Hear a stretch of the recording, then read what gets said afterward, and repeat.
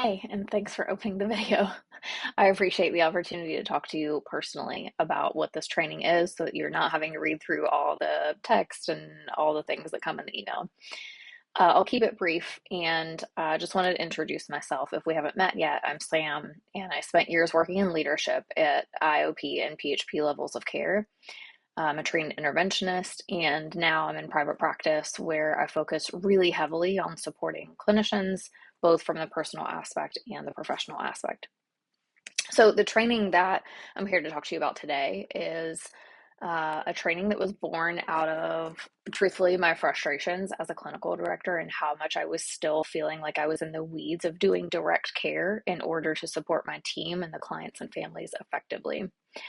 I kept seeing this recurring issue, and that was that clinicians, even really highly skilled clinicians, were completely ill-equipped to have the hard and necessary conversations with clients and families when a client needed an adjustment in their treatment plan or an increase in level of care. And so what happened was I kept being pulled in to handle those conversations over and over, and it never felt like I was working myself out of that place. So after a while of doing that, and then also supervising clinicians in private practice now, it became really clear to me that this is a green clinician that can't do it kind of issue, or this is an individual issue. I really started to look at it from a systemic place, and that this is just a training gap. So I created the training. So the training has two goals. One is that I support the clinician's personal process so that we're not trying to jump over the part where their body's screaming at them and they're feeling all of these different feelings when they find out they have to recommend a higher level of care or an adjustment in treatment plan. When they're in that staff meeting, they can know and recognize what immediately starts happening for them as a person. Hopefully, in some self-awareness and in some tools, getting them feeling a lot more confident and grounded going into those sessions and having a plan for how to handle themselves after the sessions. The second goal is to equip them with the professional tools and specific language and parameters to use when they're approaching a session that is a delivering of a recommendation session that should go differently than every other session that they have with a client or a family. My hope is that when the clinicians are supported, leadership's not having to step in as much and you all are able to focus on what's on your plate. From a cultural standpoint, I think what matters is what I've seen is that supported clinicians as a team are going to be a lot more cohesive, and you're going to have a much healthier workplace culture when all of them feel like they have what they need to be able to go and do their job effectively. It would lead to less leadership burnout from being dragged into direct care issues when you've got other stuff going on.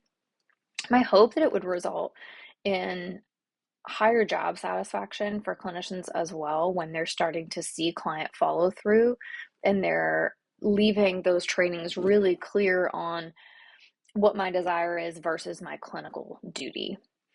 And that would be, higher job satisfaction in an industry that kind of notoriously is hard, draining, and that we're in the trenches together as direct care staff. And so really having to kind of boost ourselves up to maintain a healthy culture.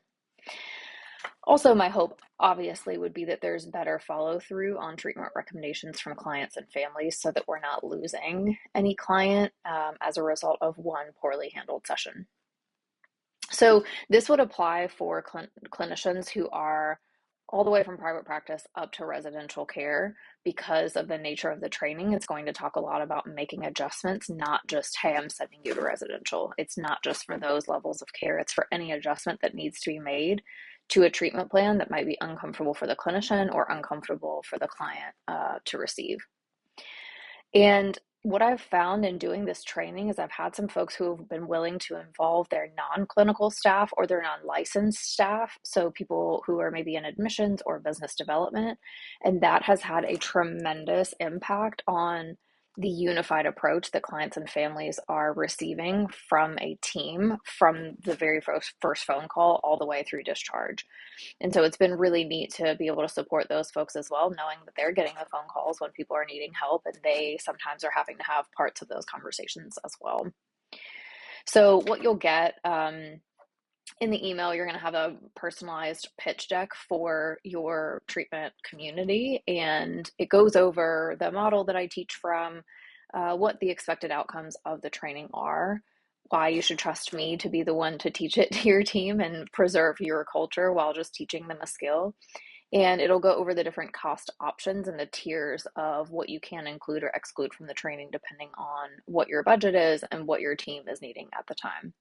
So if this sounds like something that would be supportive for you, please reach out. I would love to connect and see how I can support you and your team, and appreciate working in this industry with people like you.